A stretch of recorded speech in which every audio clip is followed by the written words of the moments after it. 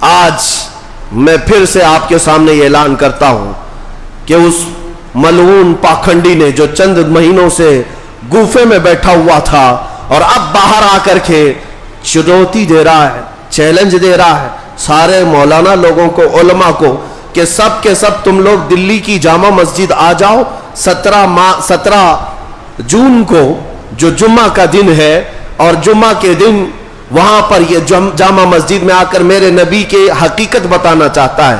نعوذ باللہ من ذالک. اس خبیث ملعون سے کہتا ہوں جتنے گیدڑ ہیں سب لے کر کے آئے, انشاءاللہ یہ فقیر حاضر ہوگا.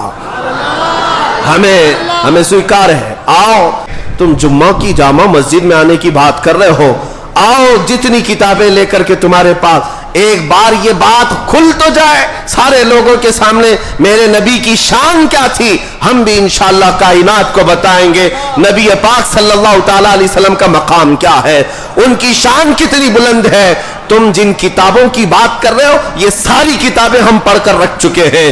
جن کتابوں کو لے کر تم چیلنج کر رہے ہو یہ سب پرانی ہو چکی ہے. ان پاکھنڈیوں کو یہودیوں نے کتابیں سپلائی کی ہیں, عیسائیوں نے کتابیں سپلائی کی ہیں. یہ تو آج سے 100 سال پہلے ہی اعتراضات کیے جا چکے ماں عائشہ صدیقہ کی عمر پر, حضرت خدیجۃ الکبریٰ کے نکاح پر. جو تمہارے اعتراضات ہیں سب دیکھے ہوئے ہیں ہمارے, سب پڑھے ہوئے ہیں ہمارے. اور ان جاہلوں کو ابھی کتاب ملی ہے.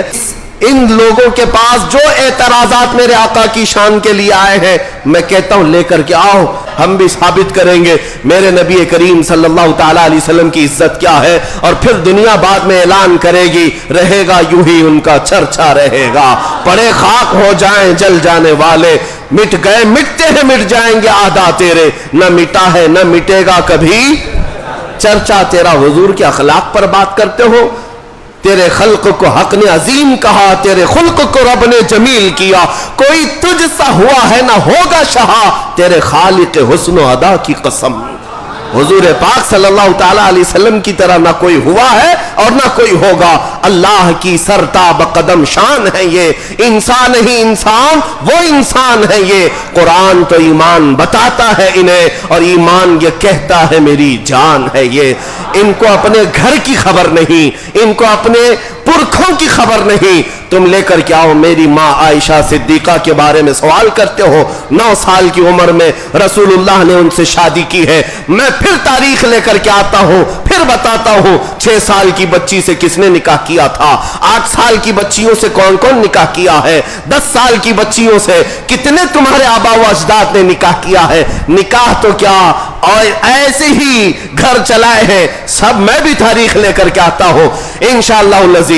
آج کے عرص تاج الشریعہ میں میرے آنے کا مقصد یہی تھا کہ اس خبیث نے ہماری اس رگ کو پھڑکایا ہے جو نبی کرم صلی اللہ علیہ وسلم کے نام پر چلتی ہے. اور اگر تم نے یہ سمجھ رکھا ہے کہ کوئی تمہارا جواب دینے والا ہندوستان میں نہیں ہے تو یہ تمہاری خام خیالی. ایسے ہزاروں بچے ہر محلے سے میرے نبی کے لیے جان دینے کے لیے تیار ہیں.